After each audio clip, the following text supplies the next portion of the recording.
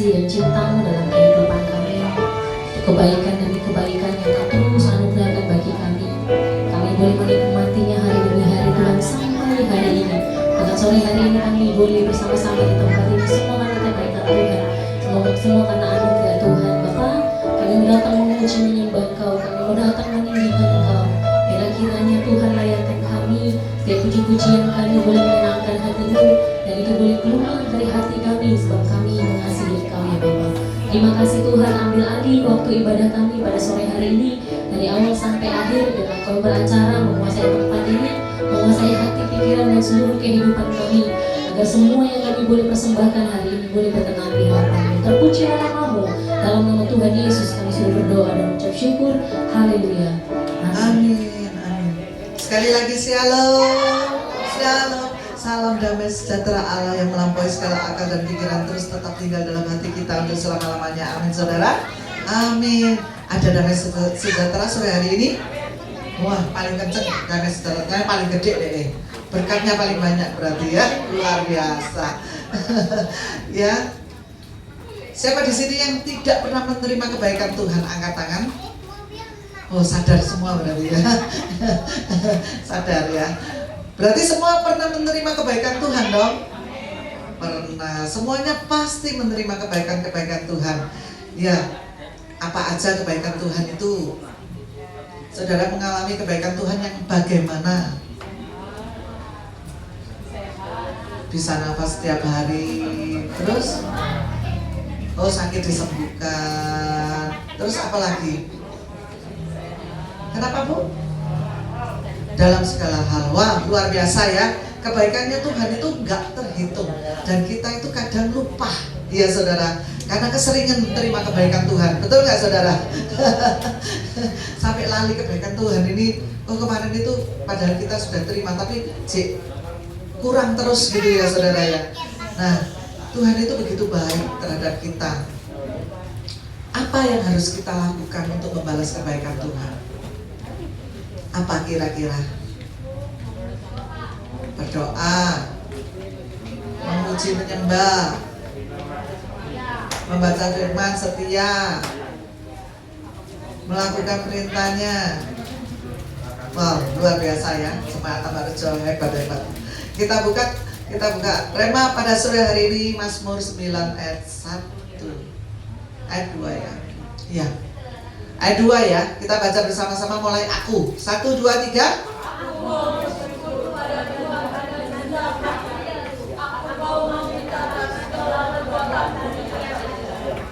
Amin. Ini organnya belum ngomong ini. Aku dengarkan suaranya Pak Guru ini. Ayat Mazmur 9 ayat 1 Pak Toto.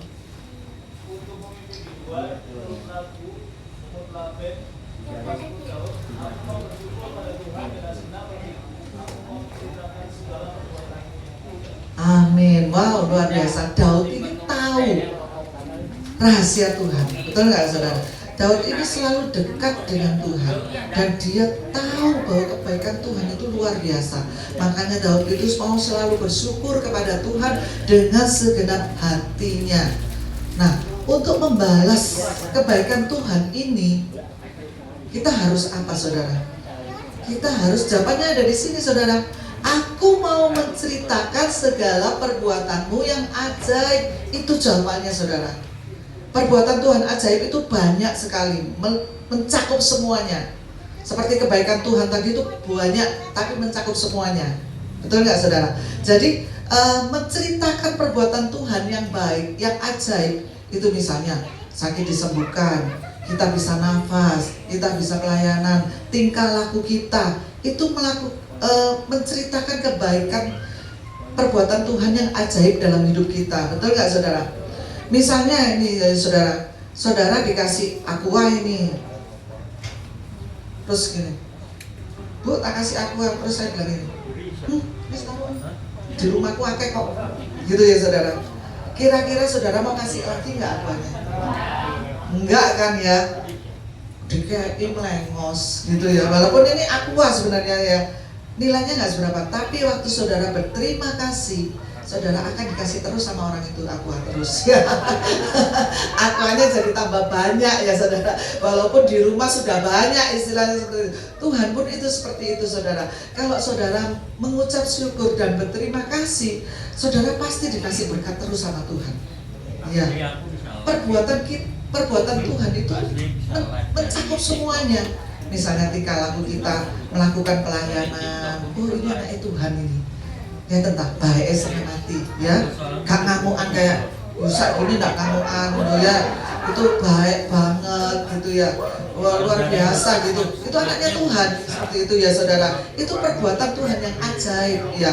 Jadi kalau kita mencerminkan perbuatan yang baik, perbuatan yang seperti Tuhan, itu menceritakan kebaikan-kebaikan Tuhan. Ayat selanjutnya,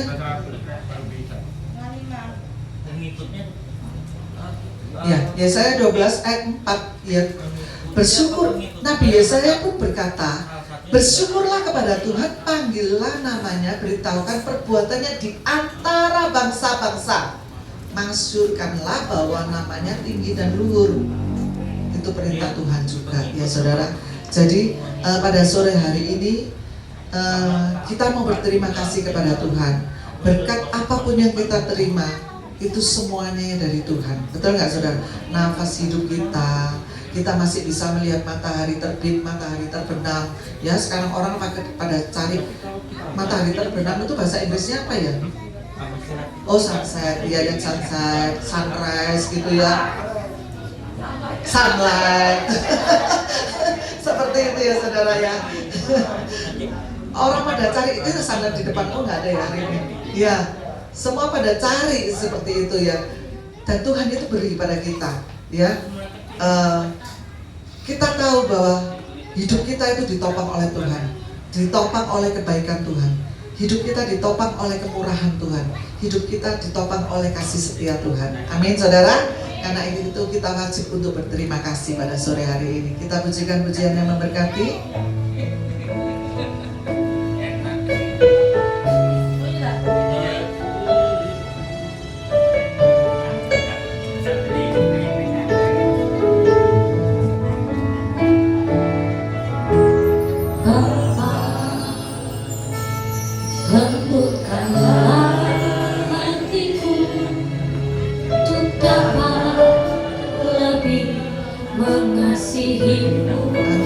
Kita mau lebih mengasihi Yesus. Bentuklah diriku. Untuk apa saudara? Untuk dapat menjadi saksi-Mu. Amin. Dan mengerti rencana-Mu di dalam hidupku. Jadikan aku semakin indah di hadapan-Mu. Terima kasih Yesusku, terima kasih Yesusku, puji syukur hanya bagi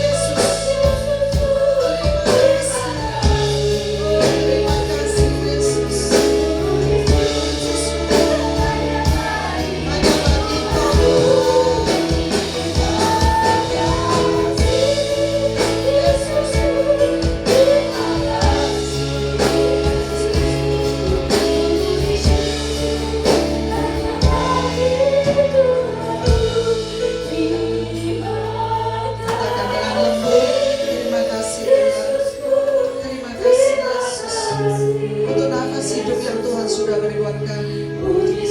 Terima kasih untuk kebaikan-kebaikan Tuhan. Terima kasih untuk anugerah Tuhan. Terima kasih untuk berkat-berkat yang Tuhan sudah curahkan. Terima kasih untuk kesembuhan yang Tuhan sudah berikan buat kami. Terima kasih untuk anugerah-Mu Tuhan. Terima kasih. Terima kasih. Terima kasih Yesus. Oh, terima kasih.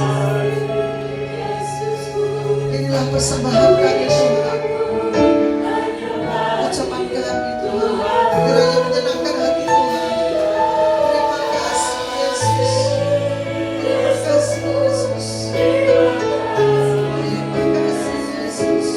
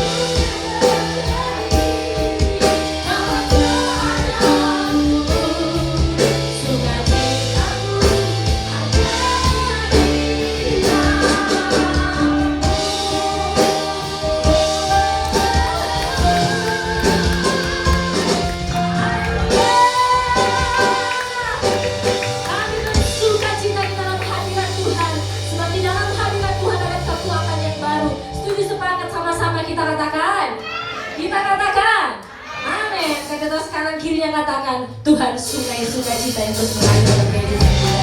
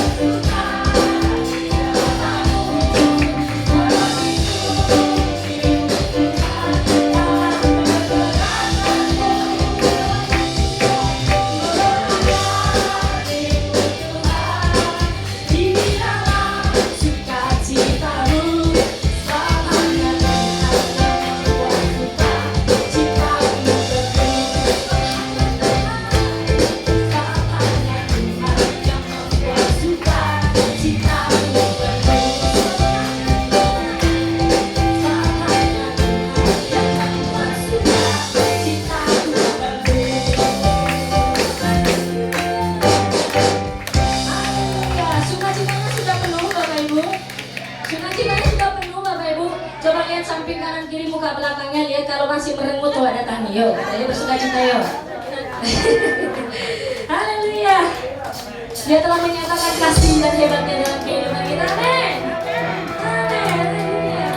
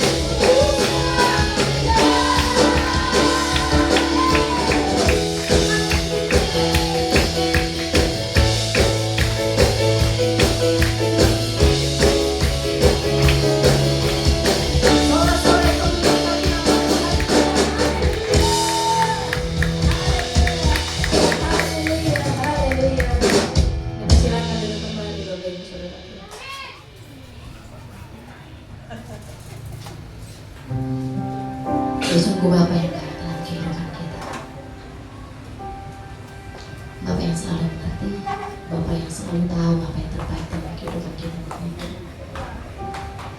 Telah kita siapkan seluruh kehidupan kita agar menjadi rapi, mampukan untuk memahami kebenaran firman Tuhan, sehingga kita mampu mengerti dan memahami apa yang terbaik dalam kehidupan kita. Haleluya. Bapa surgawi, hajatmu mengalir betapa dalamnya kasih-Mu. Bapa surgawi, buatku mengerti betapa kasih-Mu padaku. Bapa surgawi,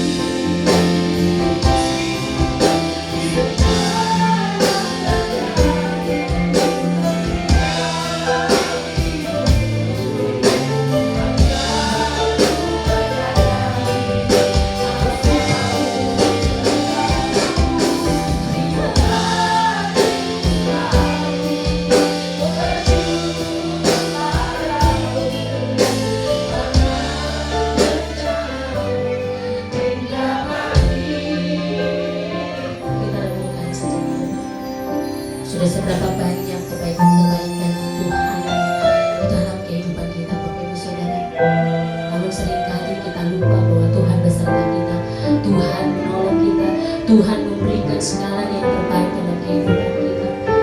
Biarlah sore hari ini kita mau berkomitmen di hadapan Tuhan untuk selalu setia dan selalu menyadari apa yang Tuhan lakukan dalam kehidupan kita. Terima kasih Yesus.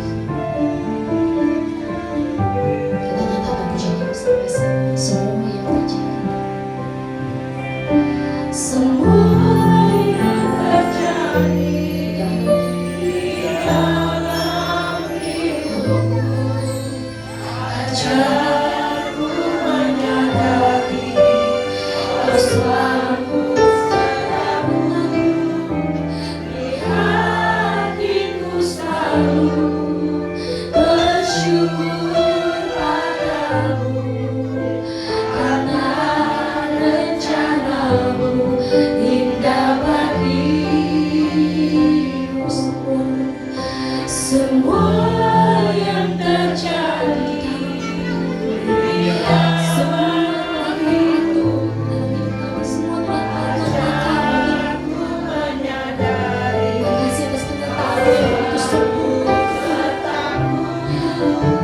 di hatiku selalu bersyukur padamu, karena rencanamu indah bagiku. Semua yang terjadi, ajarku menyadari kau selalu bersamaku, di hatiku selalu bersyukur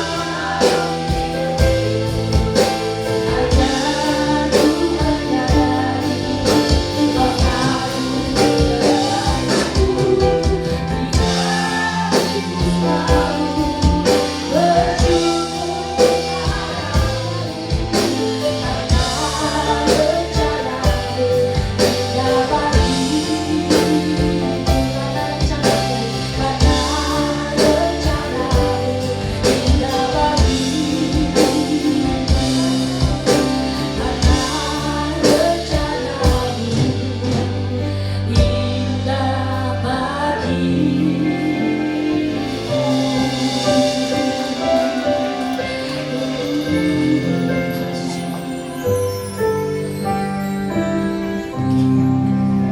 Kita berdoa. Kami percaya rencana Tuhan indah adanya bagi mereka yang sungguh-sungguh memperhatikan firman Tuhan.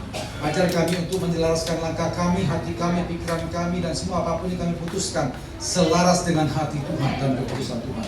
Maka tergenapilah firman Tuhan, orang yang memperhatikan firman Allah akan diberkati dan bahagia hidupnya. Tuhan, kami ingin seperti itu. Oleh karena itu di kesempatan sore hari ini kami akan dengarkan firman Tuhan. Ajar kami untuk sungguh-sungguh bisa mengerti, memahami, dan bertekad untuk melakukan dengan sungguh-sungguh firman Allah. Terima kasih Bapa, kami siap terima nasihat Tuhan dalam nama Yesus. Haleluya. Amin. Silakan duduk saudara. Shalom Bapak Ibu. Mari kita akan belajar firman Tuhan. Mari buka bersama dengan saya 1 Samuel 30. 1 Samuel 30 ayat 1 sampai ayat yang ke-10. Kita akan belajar, ada satu isi di dalam sini untuk kita perhatikan baik-baik. 1 Samuel 30 ayat 1 sampai ayat yang ke-10. Perikopnya itu Ziklag terbakar, pembalasan Daud kepada orang Amalek. Demikian firman Tuhan, saya bacakan 1 Samuel 30 ayat 1 sampai ayat ke-10. Ketika Daud serta orang-orangnya sampai ke Ziklag pada hari yang ketiga, orang Amalek telah menyerbu tanah Negeb dan Ziklag. Ziklag telah dikalahkan oleh mereka dan dibakar habis. Perempuan-perempuan dan semua orang yang ada di sana, tua dan muda, telah ditawan mereka. Dengan tidak membunuh seorang pun, mereka menggiring sekaliannya, kemudian meneruskan perjalanannya. Ketika Daud dan orang-orangnya sampai ke kota itu, tampaklah kota itu terbakar habis, dan istri mereka serta anak mereka yang laki-laki dan perempuan telah ditawan. Lalu menangislah Daud dan dia bersama-sama dengan dia itu dengan nyaring sampai mereka tidak kuat lagi menangis. Juga kedua istri Daud ditawan, yakni Ahinoam perempuan Israel dan Abigail bekas istri Nabal orang Karmel itu. Dan Daud sangat terjepit karena rakyat mengatakan hendak melempari dengan batu. Seluruh rakyat itu telah pedih hati masing-masing karena anaknya laki-laki dan perempuan. Tetapi Daud menguatkan kepercayaannya kepada Tuhan Allahnya.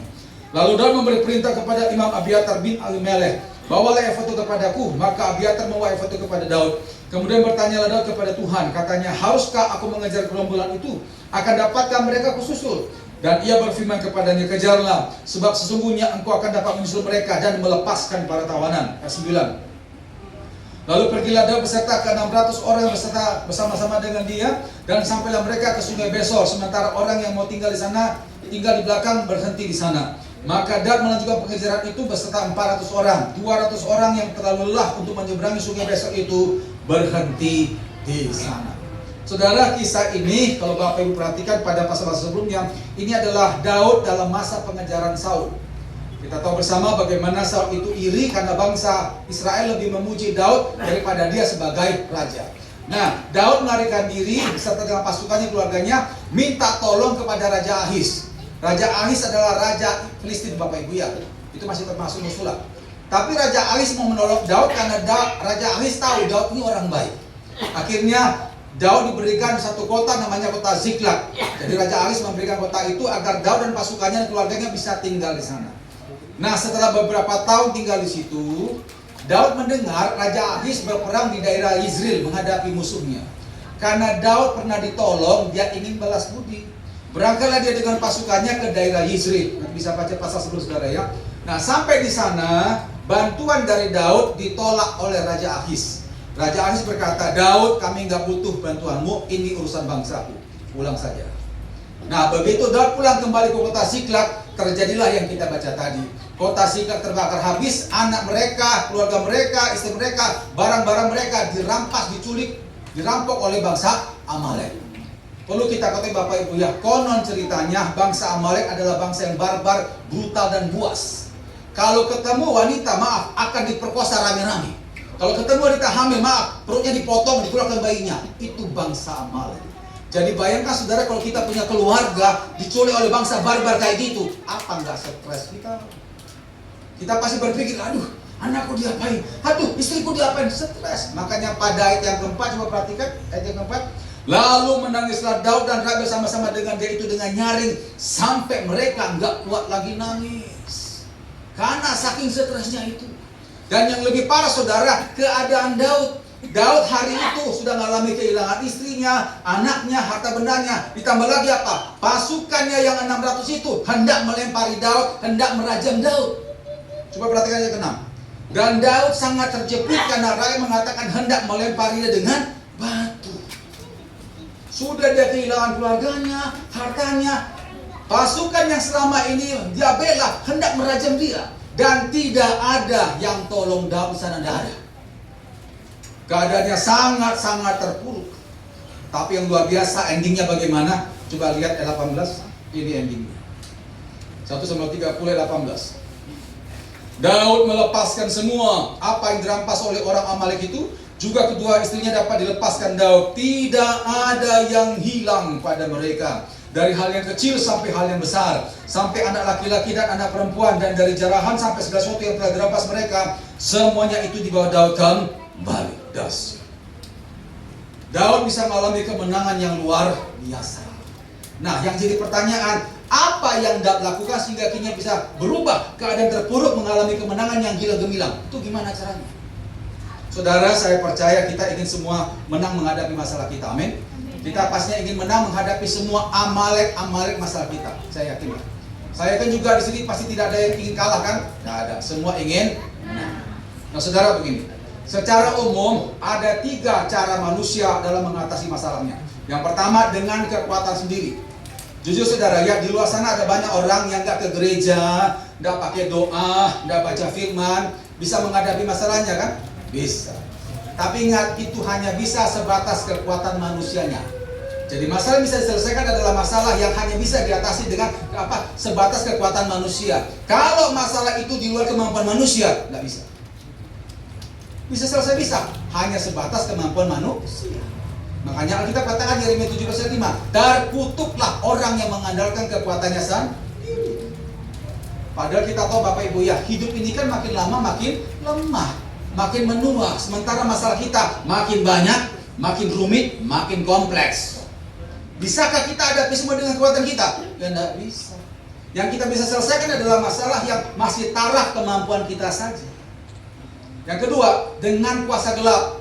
Masih banyak anak Tuhan yang pakai kuasa gelap dalam mengatasi masalah hidup, masih banyak. Masalah sakit, masalah ekonomi banyak. Saya di bagian konseling pelepasan sampai 30 tahun Bapak Ibu. Jadi mengatasi banyak anak Tuhan yang rasanya kita pikir, loh kok masih juga kedukung. Aduh. Saya pernah saudara khotbah di Mulyasari. Habis khotbah, kayaknya ibu ini mungkin tersentuh khotbah saya konseling. Pak Nason bisa minta tolong Pak doakan anak saya Pak. Kenapa Bu? Itu Pak. Jadi anaknya laki-laki, tulang punggung keluarga tunggal. Ganteng Bapak, cakep seperti artis Korea. Cuman sayang, ketawa-ketawa sendiri di pojok sana. Hehehe. Ganteng cakep Bapak, tapi ketawa-ketawa sendiri. Saya bilang, kenapa itu? Ternyata apa? Dia waktu kecil itu kena sakit yang lama. Jadi sudah dibawa kemana-mana katanya nggak sembuh-sembuh juga. Akhirnya apa? Keluarganya berkata, dikuepangkan saja ke dewa ini. Saya bilang, kenapa Ibu pakai cara itu? Kan ibu Kristen kan? Iya Pak, soalnya udah putus asa. Dokter selalu bilang, kenapa nggak doa? Nggak kepikiran katanya. Kok bisa pula doa nggak kepikiran? Akhirnya menurut berdasarkan saran dari keluarganya yang masih belum dalam Tuhan, dibawa ke sana. Dan memang betul saudara ya, habis dikuepangkan, anak itu nggak pernah sakit sampai selesai S2-nya di luar negeri. Ini orang kaya Bapak Ibu. Jadi sama sekali nggak pernah sakit.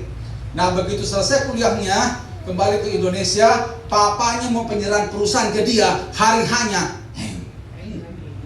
itu nangis, saudara nangis. Pas hari haba pelantikan, Jadi waktu ketemu dengan saya itu udah berapa bulan tuh kayak gitu coba. Saudara, iblis tuh bisa kasih kesembuhan bisa, tapi ada tumbalnya. Makanya Bapak Ibu hati-hati. Jangan cuma segera tergiur selesai masalah, tapi kalau merembet untuk apa? Bisa selesai bisa, tapi nggak gratisan. Nanti bisa baca Ulangan 28 Bapak Ibu ya, ayat 15 sampai 68. Itu perikopnya kutuk. Yang seperti ini banyak kami temukan banyak. Itu yang kedua. Yang ketiga, dengan kuasa Tuhan. Buka Yeremia 17. Yeremia 17 ayat yang ke-7.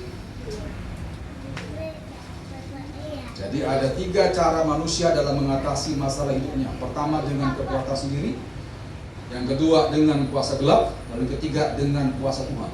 Yeremia 17 ayat yang ke-7. Diberkatilah orang yang mengandalkan Tuhan, yang menaruh harapannya pada Tuhan.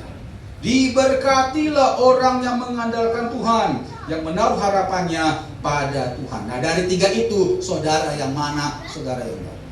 Nah Daud saudara pakai cara Tuhan. Nah hari kita akan belajar ada 4 langkah Daud dalam mengatasi masalahnya sehingga keterpurukannya mengalami kemenangan yang hilang gemilang. Yang pertama, mari kita buka kembali 1 Samuel tadi. 1 Samuel 30 ayat yang ke-6. Langkah pertama yang Daud lakukan. 1 Samuel 30 ayat yang ke-6. Dan Daud sangat terjepit karena rakyat mengatakan hendak melempari dia dengan batu. Seluruh rakyat itu telah pelih hati masing-masing anaknya laki-laki dan perempuan. Tetapi Daud menguatkan kepercayaannya kepada Tuhan Allah. Daud menguatkan kepercayaannya kepada Tuhan Allahnya. Yang pertama-tama Daud lakukan adalah menguatkan imannya sendiri. Saudara lihat, nanti satu saat waktu saudara menghadapi masalah, tidak ada yang mendukungmu, tidak ada yang mensupportmu, tidak ada yang membelamu, dan tidak ada yang membantu saudara. Hari itu engkau harus kuatkan imanmu sendiri. Amin. Saya perhatikan banyak anak Tuhan sudah gak banyak yang dukung, gak ada yang membela, tambah lagi apa? Dia hancurkan mentalnya sendiri. Ini saudara ya, bedakan koreksi diri dengan menghakimi diri itu beda ya. Kalau koreksi diri itu ya, kita memilah-milah mana yang baik, mana yang buruk, kita buang yang buruk, pertahankan yang baik. Kita melihat hidup kita, masalah kita secara objektif, itu harus. Tapi kalau menghakimi diri itu beda Bapak Ibu. Menghakimi diri itu kau menyalahkan dirimu habis-habisan. Seolah-olah tidak ada yang baik dalam dirimu, padahal banyak yang baik dalam diri saudara. Aku memang buruk, aku memang rusak, gak berarti. Habis lah. Makanya banyak kita temukan orang-orang bunuh diri itu. Kenapa? Menghabisi diri sendiri. Udah masalah menekan dia, ada banyak orang menantikan kehancurannya dia malah merusak mentalnya sendiri. Habis lah. Disitulah engkau harus kuatkan imanmu sendiri Bapak Ibu. Amin. Kalau bukan saudara yang kuatkan iman saudara, siapa lagi? Yang setuju katakan amin. Saya berapa kali saudara ya nangani ada jemaat yang korban percobaan bunuh diri. Di Karamenjangan itu ada yang minum racun serangga, ada yang ini fokus ini apa di silat begitu. Untung selamat. Begitu ditanya, kenapa begitu mas mbak? Iya pak, nggak ada gunanya saya hidup. Nah itu, nggak ada gunanya saya hidup. Saya ini cuma sampah pak. Padahal dia bukan sampah, dia berarti di mata Tuhan. Tapi dia sudah ngejar, aku sampah, nggak bisa ya. Saya saudara dulu juga pernah mengalami masalah rumah tangga, keluarga saya saudara ya. Tapi saya bersyukur saya punya kakak rohani yang tegur keras saya. Saya sudah merasa nggak sanggup saya hadapi hidup. Terus kakak rohani saya berkata ini, Son, kalau bukan kau yang kuatkan imanmu, siapa lagi? Siapa yang kau harapkan kalau bukan dirimu sendiri? Saya bersyukur punya kakak rohani keras dan Bapak Ibu ya. Tapi lihat beliau itu, saya kira dikuatkan. Akhirnya saya punya inisiatif, saya kuatkan iman saya dengan cara apa? Ngadap cermin. Ada cermin di kamar kos saya waktu itu, saya ngomong, Son, kau tuh laki-laki jangan lembek kau. Hadapi masalah kau pasti bisa. Saya ngomong, kau pasti bisa, kau laki-laki. Jadi saya kerasin diri saya di cermin itu Bapak Ibu. Kalau bukan saya kuatkan iman saya, siapa lagi? Nggak ada Bapak Ibu. Dan satu ayat favorit saya, mari kita buka 1 Korintus 10 ayat 13. Ini yang menguatkan saya sampai hari ini. 1 Korintus 10 ayat 13. Pegang ini baik-baik. Supaya saudara jangan merasa lemah nggak bisa. Saudara pasti bisa. 1 Korintus 10 ayat 13. Pencobaan yang kamu alami ialah pencobaan apa saudara? Biasa, yang tidak melebihi kekuatan manusia. Sebab Allah setia dan karena itu Ia tidak akan membiarkan kamu dicobai. Perhatikan, melampaui kekuatanmu. Pada waktu kamu dicobai, Ia akan memberikan kepadamu apa saudara? Jalan keluar sehingga kamu dapat menanggungnya. Kurang apa? Tuhan kalau mengizinkan ada pencobaan, Tuhan tahu kamu pasti bisa, kata Tuhan. Amin. Jadi jangan kata nggak bisa. Kalau pencobaan itu masalah itu di luar kemampuan kita, Bapak Ibu, itu tidak akan terjadi. Amin. Kalau itu terjadi berarti apa? Tuhan tahu kita bisa. Jangan katakan nggak bisa. Begitu saudara berucap nggak bisa, maka nggak bisalah. Padahal engkau bisa. Amin. Jangan lembek, kita lihat Tuhan. Amin. Kita prajurit Kristus, jangan kata nggak bisa. Hendaklah kita berkata, Tuhan bersama dengan Engkau, aku pasti bisa. Ya. Jadi ini yang pertama Daud lakukan, menguatkan imannya sendiri. Yang kedua, kembali ke 1 Samuel tadi. 1 Samuel 30 pada ayat yang ke-7 dan ke-8. Apa langkah kedua yang Daud lakukan sehingga dia boleh mengalami kemenangan yang luar biasa? Yang pertama, menguatkan imannya sendiri. Yang kedua, ayat 7 sampai 8. Lalu Daud memberi perintah kepada Imam Abiatar bin Ahimelech, bawalah efod itu kepadaku. Maka Abiatar membawa efod itu kepada Daud. Kemudian bertanyalah Daud kepada Tuhan. Katanya, haruskah aku mengejar perombakan itu? Akan dapatkah mereka kususul? Dan ia berfirman kepadanya, kejarlah, sebab sesungguhnya engkau akan dapat menyusul mereka dan melepaskan para tawanan. Setelah Daud menguatkan imannya, lalu dia minta kepada Imam Abiatar untuk bawa baju efod. Baju efod itu Bapak Ibu dulu itu memang dipakai untuk menghadap Tuhan. Kalau sekarang perjanjian baru kan sudah nggak berlaku. Kita pakai baju apa saja bisa. Tapi perjanjian lama nggak sembarangan. Mesti pakai baju efod untuk bertemu Tuhan, tanya kehendak Tuhan. Begitu pakai baju efod, Daud bertanya, Tuhan, bagaimana Tuhan? Ku kejar atau bagaimana? Lalu Tuhan menjawab, kejarlah karena lawanmu bisa kau susul dan bisa kau rampas. Akhirnya dia melangkah mengejar daripada Amalek itu. Yang kedua yang Daud lakukan adalah mencari wajah Tuhan. Mencari wajah Tuhan. Saudara, saya mau nanya, waktu Bapak Ibu menghadapi masalah, jam 2 saudara tetap turun apa naik? Saudara yang tahu. Saya perhatikan banyak Tuhan menghadapi masalah malah turun, habis lah. Malah lebih parah lagi, gak ke gereja, kepahitan sama Tuhan, habis lah. Saya saudara kalau menghadapi masalah, tak tambah jam 2 saya tambah baca firman, tambah puasa. Saya akan tambah nutrisi rohani pada roh saya, saudara. Itu pasti. Gak ada istilah turun, gak ada. Harus tambah. Kenapa? Supaya kuat menghadapi masalah. Saya pernah sampaikan sini Bapak Ibu ya, waktu kita menghadapi masalah, tolong pisahkan 3 hal. Aku, masalah, dan Tuhan. Jangan digabung semua. Pisahkan 3 hal, aku, masalah, dan Tuhan. Setelah kita pisahkan aku, masalah, dan Tuhan, jangan lihat aku masalah, aku masalah, aku masalah. Seringkali kita begitu toh. Orang yang berpikir aku masalah, nanti lihat bangun pagi pasti nangis. Kenapa? Mikirin masalahnya. Nanti di rumah nggak ada kegiatan, termenung, keluar air matanya, mikirin masalah. Kebiasaan buruk seperti ini dihilangkan saudara ya. Setelah kita pisahkan aku, masalah, dan Tuhan, jangan lihat bagaimana aku dan masalah, tapi lihat bagaimana aku dan Tuhan.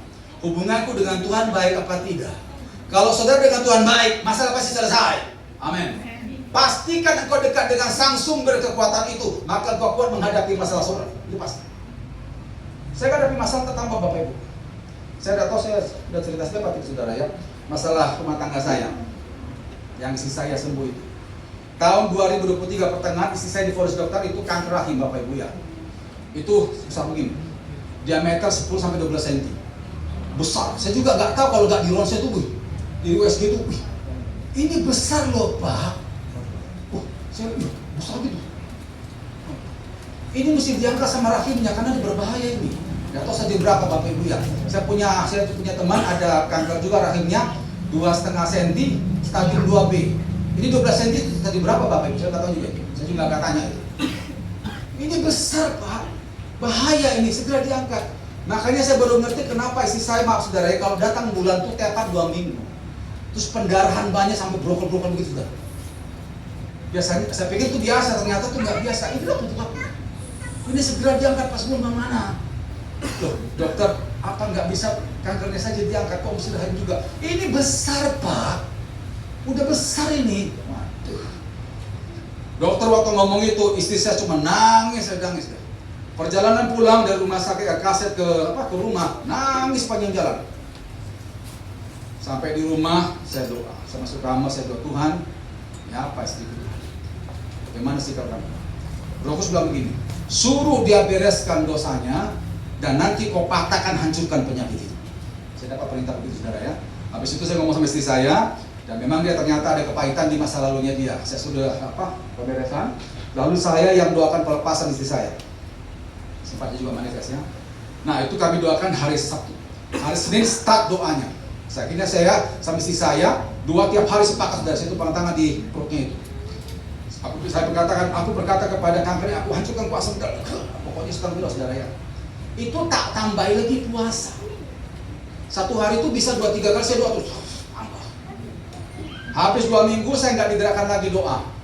Ya, jadi setelah itu saya cuma sesekali aja doakan istri saya. Nah cuma selama 2 minggu itu kami dapat perintah. Roh Kudus berkata gini, jangan makan daging dan hindari semua gula-gula. Nah, belakangan saya tahu kalau kanker tumor pantangannya 2 itu Bapak Ibu. Semua daging-daging nggak boleh. Kambing, babi, sapi tidak boleh. Sama gula-gula itu nggak boleh. Itu makanannya kanker. Akhirnya sudah dilakukan. Nah, 3 bulan kemudian istri saya pijit, badannya kurang kecapean. Ada langganan kami di Kebraun, itu seorang ibu, anak tua juga, dia bisa pijit. Nah, ibu ini memang pintar di bagian perut saudara ya, memang nggak sembarang bagian perut. Nah, namanya Bu Sri. Waktu Bu Sri pijit bagi perut saya, perutnya istri saya, dia bilang begini, loh, Pak, kok benjolannya nggak ada ya?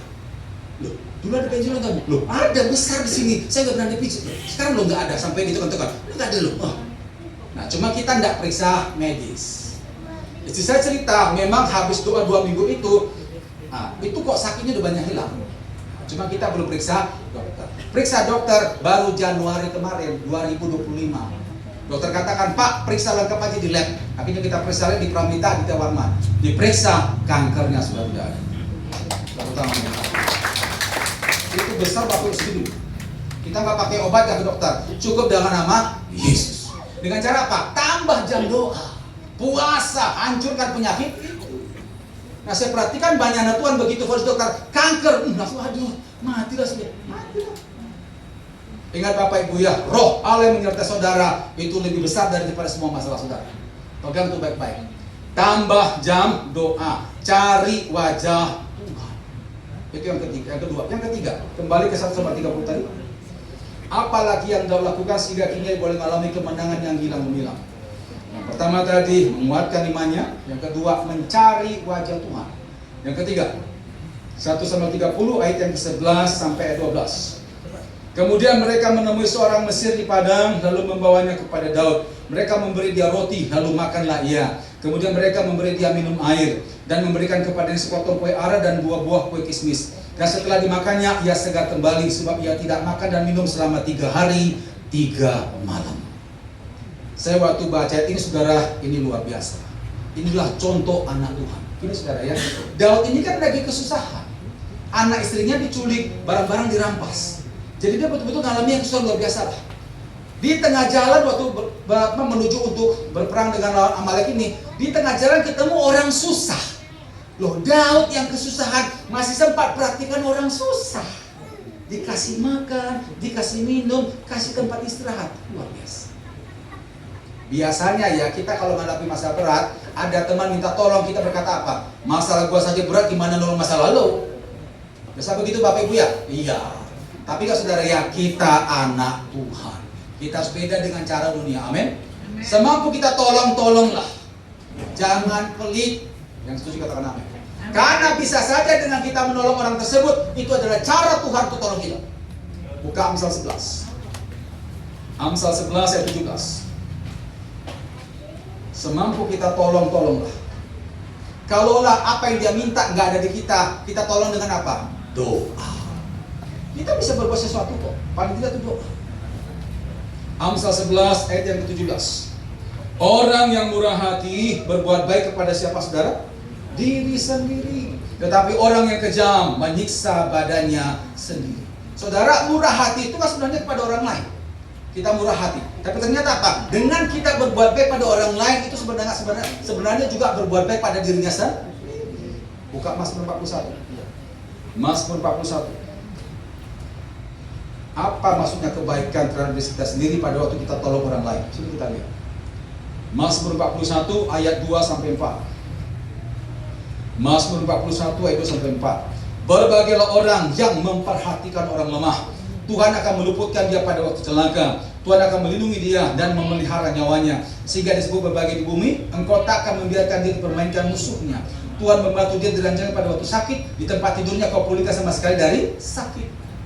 Berbahagialah orang yang memperhatikan orang lemah atau orang susah. Saya perhatikan Bapak Ibu ya, dari ayat 2 sampai 4 ada 7 berkat bagi mereka yang memperhatikan orang susah. Saya baca lagi. Berbahagialah orang yang memperhatikan orang lemah. Tuhan akan meluputkan dia pada waktu celaka. 1. Tuhan akan melindungi dia. 2. Dan memelihara nyawanya. 3. Sehingga disebut berbahagia di bumi. 4. Engkau tak akan membiarkan dia dipermainkan musuhnya. 5. Tuhan membantu dia diranjang pada waktu sakit. 6. Di tempat tidurnya kau pulihkan sama sekali dari sakitnya. 7. Makanya Tuhan tolong Daud. Kenapa? Di tengah dia lagi susah, dia masih berbuat baik di tengah-tengah kesusahan. Amin Bapak Ibu. Kalau mau berhasil, tiru cara Daud ini. Amin. Jangan pelit. Bantulah semampu kita. Maka nanti lihat pertolongan kita pada orang susah itu akan menolong saudara pada waktu saudara susah. Ada satu kisah Bapak Ibu ya. Ini penginjil dari India. Namanya Sadhu Subrasi. Ini udah lama. Si Sadhu ini ada pelayanan ke Himalaya, pegunungan yang tertinggi itu. Jadi sama temannya ada menginjil, ada satu desa di situ. Nah waktu mereka ke sana tuh memang kan di atas gunung itu kan salju Bapak Ibu ya, dingin sekali. Jadi melewati salju yang luar biasa tebal itu. Jadi waktu dia dengan temannya itu jalan, dia lihat ada orang tergeletak. Terus si Sadhu mendekati orang itu, dipegang. Masih hidup. Bro, kita mesti tolong orang ini. Temannya bilang, Pak, perjalanan kita masih jauh loh. Kita mau apakan nih orang? Terus Sadhu bilang, ya kita nanti gotong. Loh, kita masih jauh loh Pak. Salju bertebal. Bagaimana kita bisa tolong orang? Oh kita berdua saya jalan ke setengah mati. Tapi Sadhu berkata, loh Pak ini masih hidup loh. Masa kita tinggalkan? Kasihan loh dia. Kalau udah mati ya silakanlah. Ini masih hidup. Tapi temannya berkata, saya nggak bisa Pak, capek saya. Akhirnya dia lanjut. Ya sudahlah. Akhirnya si Sadhu langsung gendong itu orang saudara yang dipanggil begitu. Otomatis jalannya melambat kan? Karena ada beban yang dia panggul. Nah karena dipanggul saudara, lama-lama si Sadhu ini keringatan. Percaya nggak Bapak Ibu keringatan? Nanti coba praktek Bapak Ibu ya, saling menggendong lagi tadi ya. Apalagi yang digendong itu tunjuk kayak saya gitu. Nah dipanggul saudara ya. Nah akhirnya karena keringatan, panas badannya si Sadhu transfer ke yang kedinginan. Otomatis yang tadi pingsan itu jadi sadar karena merasakan kehangatan tubuh daripada si Sadhu. Sadarlah dia. Akhirnya bisa berjalan berdua bersama.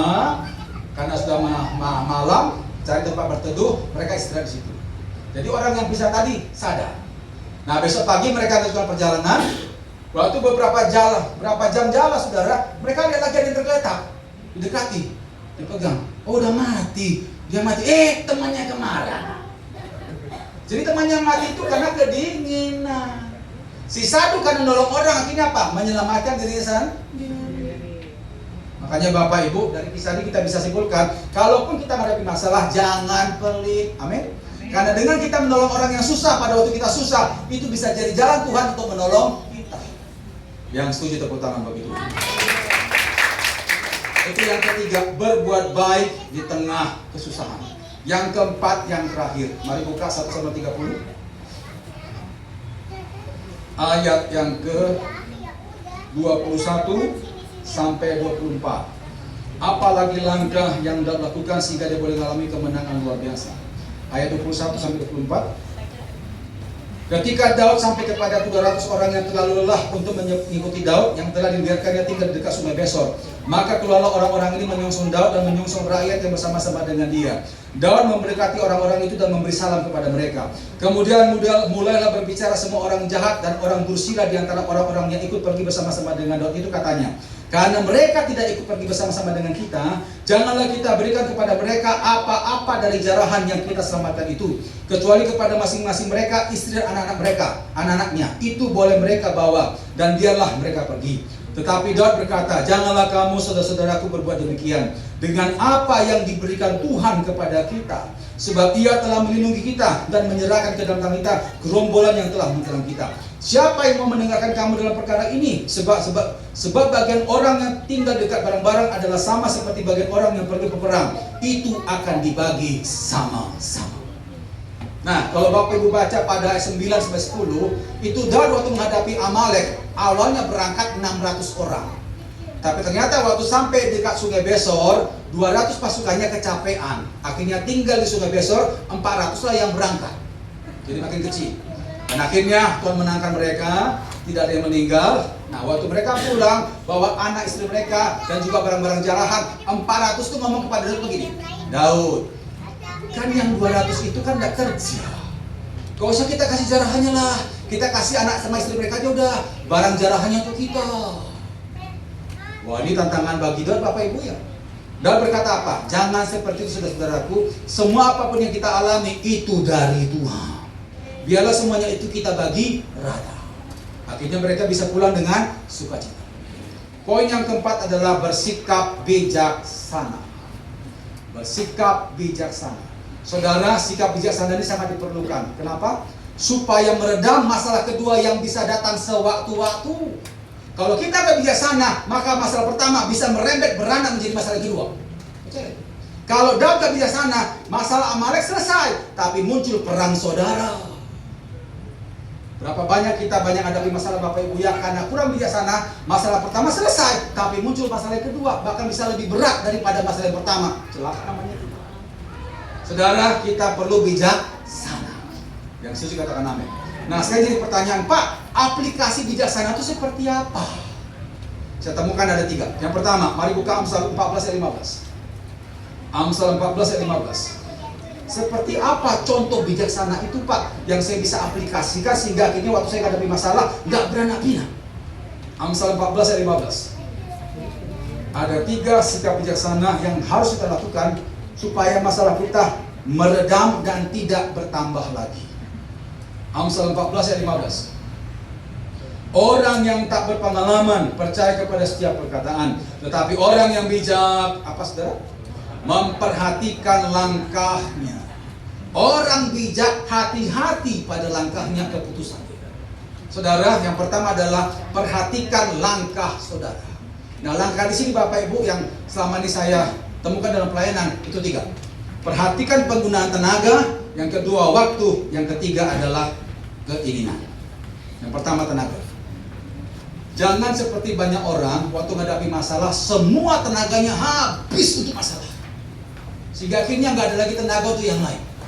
Perhatikan saudara ya, orang kalau menghadapi masalah berat, perhatikan jam tidurnya. Jam berapa itu? Jam 2 pagi, jam 3 pagi. Nanti kerjanya jam 6. Orang kalau sudah terganggu istirahatnya, masalah selesai, nanti muncul apa? Penyakit asam lambung. Nanti kena tipes, nanti kena migrain, udah. Masalah selesai, tapi muncul masalah kesehatan. Seperti ini banyak saya temukan banyak. Ada lagi yang gangguan jantung. Apakah itu bisa dikatakan sebagai pemenang Bapak Ibu? Ya enggak lah. Masalahnya terus muter seperti rantai setan tuh. Makanya perhatikan tenaga saudara. Yang kedua, waktu. Kita satu hari dikasih berapa jam Bapak Ibu oleh Tuhan? 24 jam. Masing-masing ada waktunya. Ada waktu untuk keluarga, ada waktu untuk ibadah, ada waktu untuk kerja, ada waktu untuk menyelesaikan masalah. Jangan semua waktu itu untuk masalah semua. Kacau nanti. Saya pernah saudara ya menghadapi satu kasus jemaat. Bapak tuh konseling sampai nangis. Jadi rupanya di kantornya dia ada masalah perusahaan agak berat. Jadi ownernya mempercayakan Bapak itu diselesaikan. Dan itu perlu waktu 3-4 bulan menyelesaikan itu. Cuman Bapak ini gak bijak. Semua waktunya terkuras untuk masalah. Jadi dia cerita, dia pulang tuh malam, berangkat pagi sekali. Jadi gak sempat ketemu anak-anak. Memang akhirnya masalah itu selesai. Bahkan dapat reward penghargaan dari ownernya, bisa menyelesaikan masalah dengan sangat bagus. Tapi begitu selesai itu, nangis saudara. Kenapa? Karena anak perempuannya hamil. Masih SMP kelas 3. Cerita saya nangis. Kenapa? Dia nggak bisa ngatur waktu. Jadi waktu di sidang itu anak, kamu kenapa mau bisa hamil? Papa di mana waktu aku lagi butuh? Selama ini Sabtu Minggu kita ada waktu. Kenapa Papa sudah di kantor? Aku ini anak apa bukan Pak? Rupanya anak ini ada masalah pribadi yang selama ini biasanya curhat ke papanya. Pas lagi butuh papanya nggak ada. Tiba-tiba ada seorang laki-laki dekati dia, teman curhat, akhirnya apa? Bersetubuh mereka. Siapa yang salah di situ? Siapa yang salah? Ya salah bapaknya lah. Anak-anak nggak bisa disalahkan, nggak ngerti apa-apa itu. Akhirnya apa? Nangis tuh. Itulah kalau nggak bijak punya waktu. Memang urusan kantor selesai, tapi muncul masalah kedua, anak hamil. Nangis, saudara, nangis. Itu yang kedua, masalah waktu. Yang ketiga, keinginan. Bijaklah mengendalikan keinginan. Jujur Bapak Ibu ya, semua kita pasti ingin masalah kita cepat selesai kok. Hati-hati. Semua itu ada prosesnya. Semua yang ingin cepat pasti akan kena jebakan itu pasti. Saya pernah saudara ya terima telepon. Ini bukan nggak tahu ya berapa bulan ini kok saya nangani banyak kasus pinjol. Itu yang ngeri. Pinjol. Ada satu kasus yang saya nggak habis pikir lah ya. Ada seorang ibu, dia buruh di rumput sana, buruh pabrik. Dia cerita kalau dia punya paman, memang pamannya dekat dengan dia lah. Satu saat pamannya ini ada masalah di kantornya dan katanya masalah uang lah.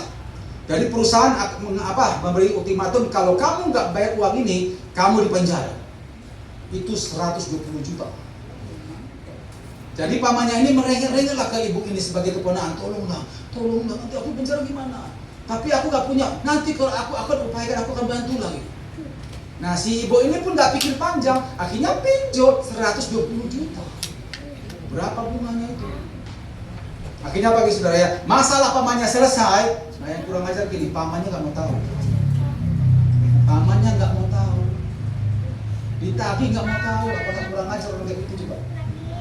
Akhirnya apa? Debt collector ngejar terus ibu terus dikejar. Mana ada uangnya? Cuma gaji UMR, dapat dari mana? Itu gak bijak. Kepingin cepat selesai kita nih. Masalah hutang di kantornya selesai, tapi muncul dengan masalah pinjol. Ini kan rantai setan saudara. Ngeri sudah, makanya hati-hati. Bersikaplah bijaksana supaya masalahmu gak merembet ke sana-sana Bapak Ibu. Perhatikan penggunaan tenaga, waktu dan keinginan. Yang kedua, dengarkan teguran. Ini sikap bijaksana yang kedua. Dengarkan teguran. Buka Amsal 19 ayat 20. Amsal 19 ayat 20. Amsal 19 ayat 20. Dikatakan di situ, dengarkanlah nasihat dan terimalah didikan supaya engkau menjadi bijak di masa depan.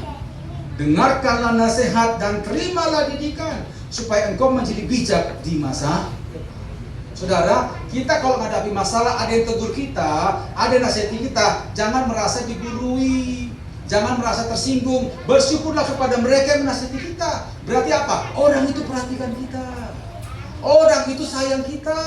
Orang itu berharap kita menang hadapi masalah. Amin. Jangan tersinggung.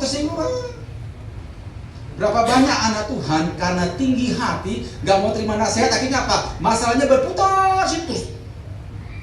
Makanya ada pepatah berkata, temperamen bisa membawa kita masuk dalam masalah, tapi gengsilah yang membuat kita tetap berada dalam masalah.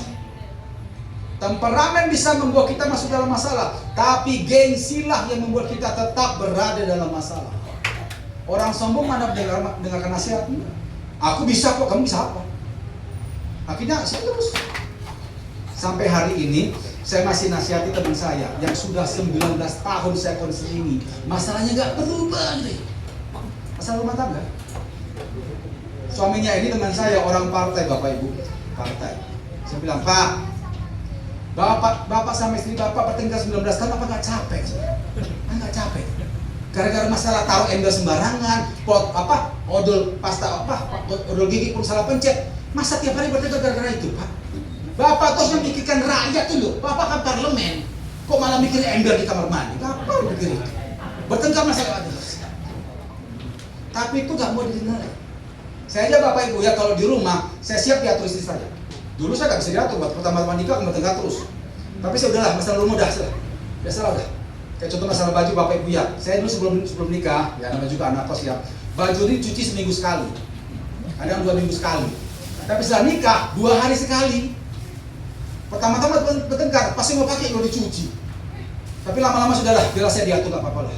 Ini Bapak ini gak mau diatur, letak ember pun bertengkar coba. Bayangkan 19 tahun kayak gitu-gitu terus. Terakhir ketemu tuh bulan lalu, masih berputar masalah ember. Waduh. Gak habis pikir saya, padahal orang partai coba. Dan akhirnya apa Bapak Ibu? Akhirnya apa? Anak-anak mereka melawan orang tua. Kenapa? Karena tiap hari bertengkar, saling menjelekkan. Mereka anak-anaknya gak punya lagi rasa hormat pada orang tua. Nangis kalau dia. Tapi anehnya suami istri pun juga merasa siapa yang benar, mereka dah. Capek kita sekarang. Itulah orang yang gak mau dengarkan teguran tuh. Akhirnya berputar tuh seperti rantai siaran. Saya berharap jemaat Bethel Rejo tidak seperti itu, amin. Kita semua adalah orang-orang yang rendah hati, amin. Tangan bagi Tuhan. Orang rendah hati pasti akan perhatikan teguran dan akan berubah kalau dia merasa bersalah. Itu yang kedua, dengarkan teguran. Yang ketiga, redam amarah. Redam amarah. Mazmur 37 ayat 8. Sikap bijaksana yang ketiga adalah redam amarah. Mazmur 37 ayat yang ke-8. Dikatakan di sana, berhentilah marah, tinggalkanlah panas hati itu. Jangan marah, itu hanya membawa kepada kejahatan. Kalau kita terus-terusan marah, itu akan membawa kepada kejahatan. Jujur Bapak Ibu ya, waktu kita menghadapi masalah, apalagi masalah berat, emosi kita kan gampang tersulut kok. Berarti ya saudara ya, ada banyak masalah sebenarnya itu simpel, tapi karena ditanggapi dengan emosi jadi runyam. Ada banyak masalah yang sebenarnya kalau kita mau sabar aja itu selesai cepat kok. Tapi karena emosi jadi tahunan. Ada banyak masalah sebenarnya kalau kita mau sabar saja itu hanya melibatkan dua pihak, aku dan dia. Tapi karena emosi main, keluarga besar pun juga nyampur. Itu karena emosi. Makanya perhatikanlah, tidak ada masalah yang selesai dengan sempurna jika dihadapi dengan emosi itu tidak ada. Saksi terakhir, saya pernah saudara ya, Bapak satu artikel, ada satu anak gadis, dia merawat mamanya yang sakit keras, cuma tidak tahu sakit apa itu. Mereka nggak pakai suster. Nah, anak gadis ini kalau mau berangkat kerja, dikondisikan di samping tempat tidur mamanya itu semua apa yang dibutuhkan selama anak gadis ini kerja. Jadi minumnya, makanannya, obatnya semua disiapkan di samping tempat tidur mamanya, sehingga mamanya tinggal ngambil aja. Selama anak ini kerja. Nah, rupanya satu hari anak ini bertengkar dengan teman kantornya. Dia nggak bijak, pulang kantor amarah di kantor masih kebawa ke rumah. Jadi waktu dia masuk rumah, waktu buka pintu, tutup pintu agak keras, cium-cium.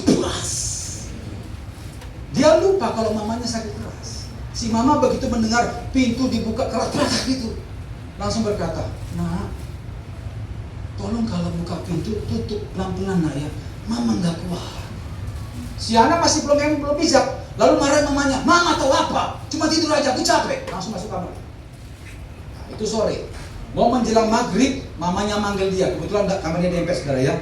Nah, bisa sebentar kemari nak. Nah, itu anak masih belum bisa kendalikan emosi. Aku mau tidur, aku capek. Lalu dia tutup pintu kamarnya, plus. Otomatis suara mamanya nggak kedengaran lagi. Terus anak itu tidur.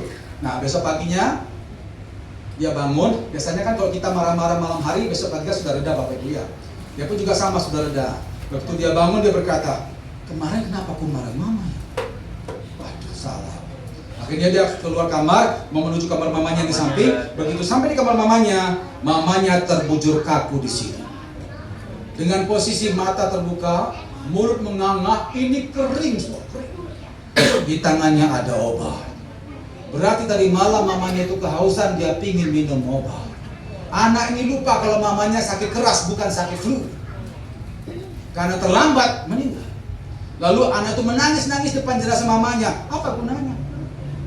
Makanya kita katakan, kalau kita dikuasai amarah, akhirnya apa? Terjadi kejahatan. Masalah belum selesai, muncul masalah baru yang lebih berat daripada masalah sebelumnya. Makanya Bapak Ibu, supaya masalah kita tuntas, hendaklah kita bijaksana. Yang setuju katakan amin. Perhatikan langkah saudara, tenaga, keinginan, dan juga waktu. Lalu yang kedua, dengarkan teguran. Lalu yang ketiga, redam amarah. Ayat terakhir, Amsal 25 ayat 24, 28. Amsal 25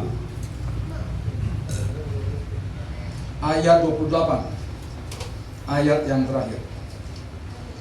Amsal 25 ayat 28.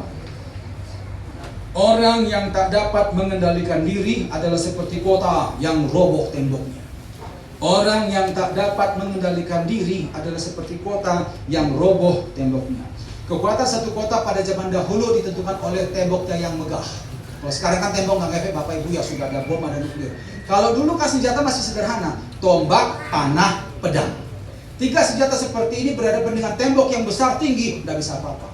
Makanya selama tembok itu masih berdiri kokoh, amanlah isi kota. Tapi kalau tembok itu sudah roboh, apa saja bisa menghancurkan isi kota. Demikianlah orang yang bisa kendalikan diri, sama seperti kota yang roboh temboknya, apa saja bisa menghancurkan diri orang itu. Makanya mulai hari ini Bapak Ibu, supaya kita bisa keluar sebagai pemenang untuk semua masalah kita. Yang pertama tadi, kuatkan imanmu sendiri. Yang kedua, cari wajah Tuhan. Yang ketiga, tetap berbuat baik di tengah kesusahan. Lalu yang keempat, apa saudara yang terakhir? Bersikap bijaksana. Kita tundukkan Bapak. Dengan sikap doa masing-masing datang pada Tuhan. Saya undang rekan hamba Tuhan tunduk. Worship leader sehingga bisa ambil tempat.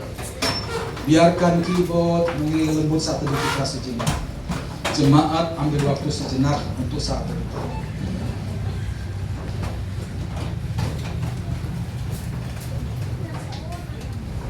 Pada saat saudara tundukkan kepala dan tutup mata, di situ hanya engkau dan Tuhan yang ada. Tidak ada orang lain di sana.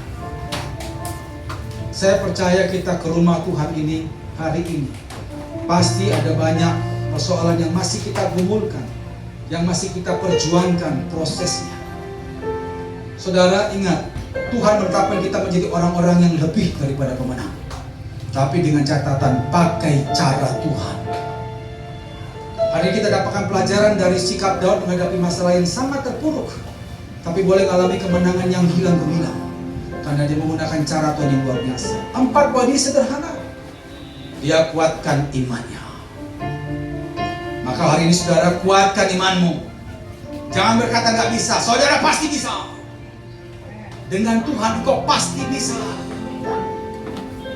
Yang kedua, cari wajah Tuhan. Tambah jam doa saudara.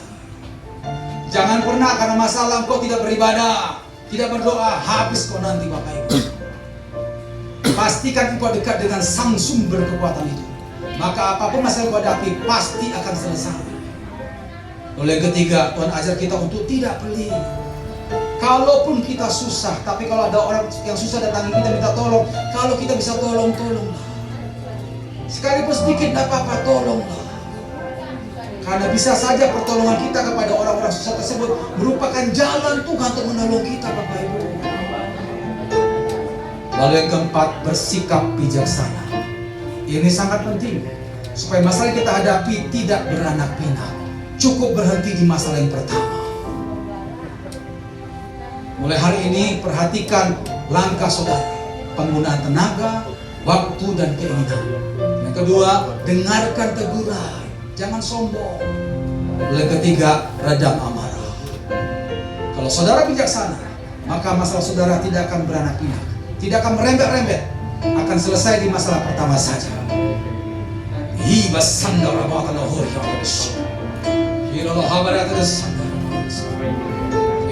kasih.